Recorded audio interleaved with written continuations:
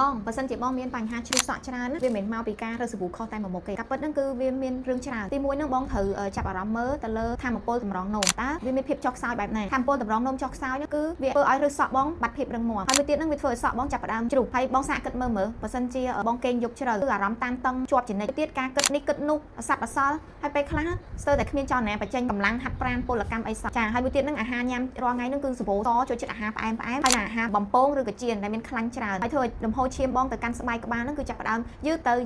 ហើយពេលអញ្ចឹងទៅរាងកាយបងចាប់ផ្ដើមហត់នឿយហើយលហិតលហើយអត់មានចង់ធ្វើអីទេចង់តែគេងតែមួយមុខកន្លែងដែលដំបូងគេដែលបង្ហាញពីបញ្ហានេះហ្នឹងគឺសក់ហ្នឹងហើយឥឡូវហ្នឹងខ្ញុំមានលំហាត់ប្រាណមួយចំនួនដែលបងគួរតែហាត់ដើម្បីជួយស្ដារតម្រងនោមបងប្អូនឲ្យរឹងមាំមកវិញហើយមួយទៀតការញ៉ាំចំណីអាហារក៏សំខាន់ដែរបងត្រូវបដូរការញ៉ាំចំណីអាហារមកអាហារសុខភាពអាហារដែលមានសារធាតុចិញ្ចឹមខ្ពស់មករាងកាយអញ្ចឹងលំហាត់ប្រាណបងអាចហាត់វិធីបែបនេះបងប្អូនចាគួរហាត់រាល់ថ្ងៃហើយយើងអាចដាស់នេះវិធីនេះគឺដូច